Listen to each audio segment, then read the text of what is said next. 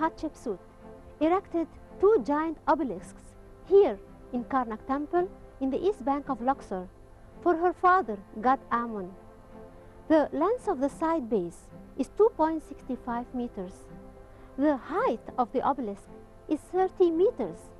And if you think that all these numbers are astonishing, wait until you know how it was cut 200 kilometers away from here in Aswan and brought all the way here to Karnak Temple to be erected over its base.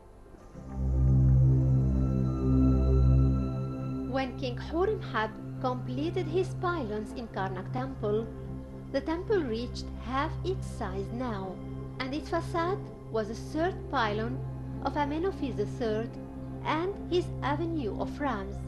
Nevertheless, it must have had its glamour. By the beginning of the 19th dynasty, Ramesses I initiated building the second pylon and the colonnade behind it. But Seti I was the one who accomplished the majority of that work, for he constructed the tall columns in the middle, and the columns in the east, and most of the southern columns, if not all of them. But the reliefs belonged to his successor, King Ramesses II, who claimed the honor of building the whole colonnade, a tradition which he never ceased to apply to his ancestors' work.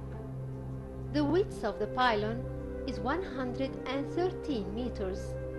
It's composed of two towers. Each is 43 meters high and 15 meters thick. In spite of not being finished, it's considered the grandest facade of any religious building. For example, the western facade of St. Paul Church is 51 meters wide and 41 meters tall. That's all the way to the tip of the statue of the saint above the corniche. In front of the pylon lies a pier of the port that used to link the Nile to the temple.